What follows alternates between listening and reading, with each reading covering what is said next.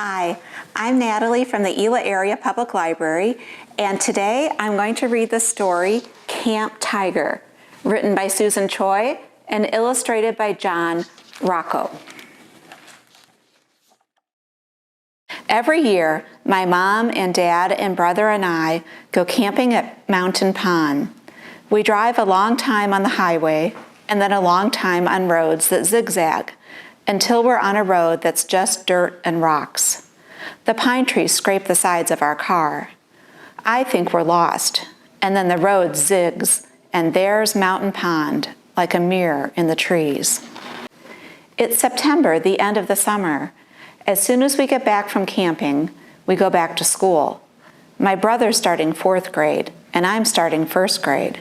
I don't want to be a 1st grader. I liked kindergarten. I like choice time and building with blocks. I hope our camping trip never ends.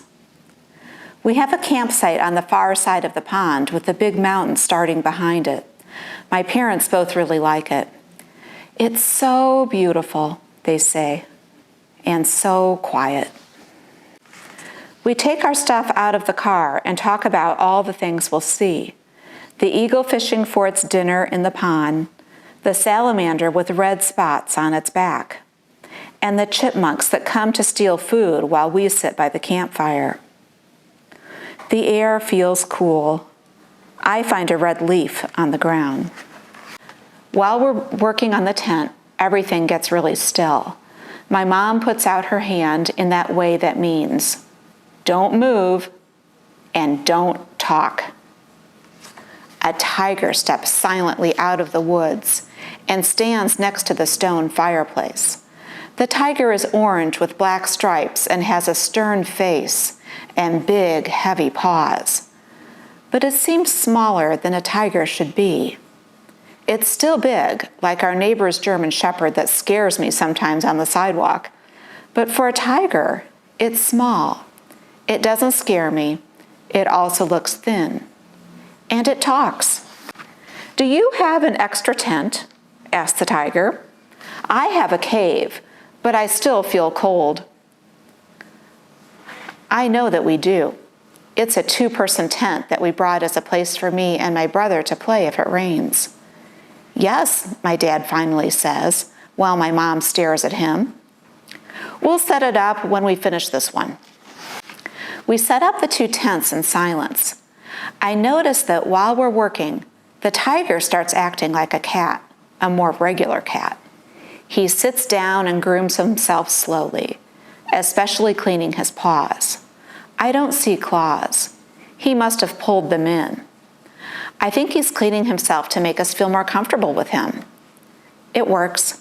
My mom keeps looking over at him, and I can tell that she thinks he's beautiful. When we're done, my dad holds out his arm in that goofy way of his that means, "Voila!" "Can you unzip it for me?" the tiger asks. I look at his huge, heavy paws. My dad does, and the tiger lowers his head and steps in carefully. I follow before my parents can stop me. "Zip us in, please," I call back. "You can zip it yourself," my mom says. "Don't snag the fabric." All summer, things my mom used to do for me, like make my bed in the morning or fold up my clothes, have become things that I have to do myself. I can do them, but I wish she would do them. This time, though, I zip the tent quickly before she can make me come out. Inside the tent, the tiger lies down so he's shaped like a C and puts his head on my paws. I'm sorry, I messed up. If you mess up, just pause and do it again because I can cut it out. Okay. Inside the tent, the tiger lies down so he's shaped like a C and puts his head on his paws. I wrap my arms around him and bury my face in his fur. He smells like sunshine and pine needles. "Tigers live in Africa," I tell him. "Not Africa, Asia," he says. "This isn't Africa or Asia," I tell him. "No," sighs the tiger. All weekend, the tiger stays with us. When we hike on the trail, he walks first, and his paws make no sound. He knows an overlook we'd never found before, where we can see the tops of the green mountains stretching away. He's cautious around water, but he comes with us in our canoe. He sits very still, staring out at the shore. I barely have to reach down my trail to I'm starting this page over again. He's cautious around water, but he comes with us in our canoe. He sits very still, staring out at the shore. I barely have to reach down to trail my hand in the water. The canoe's riding low, my dad says. Because of the weight of the tiger, I guess. We paddle slowly so we won't tip over. You've grown too, my mom says. At the fishing spot, my brother catches a pumpkin seed fish right away, which is what always happens. I don't want to fish, I say, sitting next to the tiger. No one makes me. But after a while, I get up and put bait on my hook. I hate fish, I say as I cast. I love fish, says the tiger. I'll eat any fish that you catch. I almost never catch any, I tell him. But today I catch one.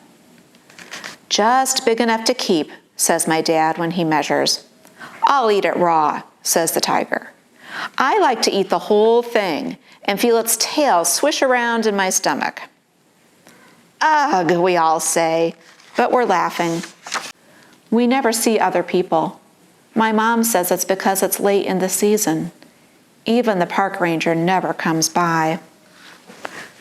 Our last night, my brother and I get to stay up extra late in the camp chairs and watch the fire until it dies out. I can see the tiger's eyes in the darkness, like the very last embers. I want to look for shooting stars, I say. I want to go in the canoe, in the dark, and look up at the stars. No one seems to hear but the tiger. I'll take you, he says.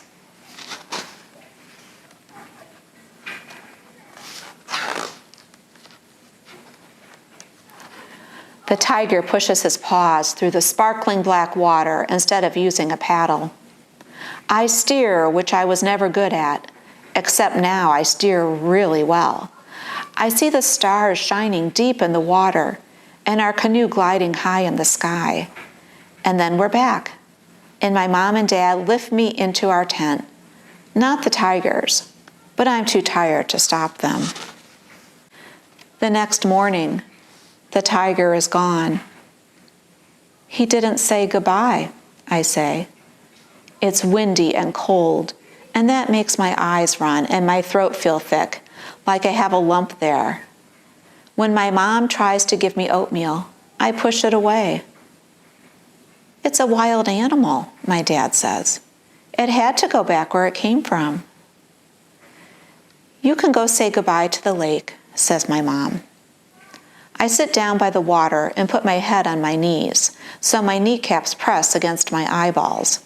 I hear my brother coming over to make fun of me, but instead he just sits down nearby. Neither one of us says anything. Leaves fly off the trees as we drive back down out of the mountains. It's fall, says my mom. That means it'll be cold, I say. I think of the tiger shivering in his cave. When we get home that night, I draw the tiger exactly the way he looked. I'm going to take it to show my new teacher. Time for bed, my mom says, but I get her to give me 5 more minutes. I want to finish my picture before I forget. I hope you enjoyed Camp Tiger. Thank you. Bye-bye.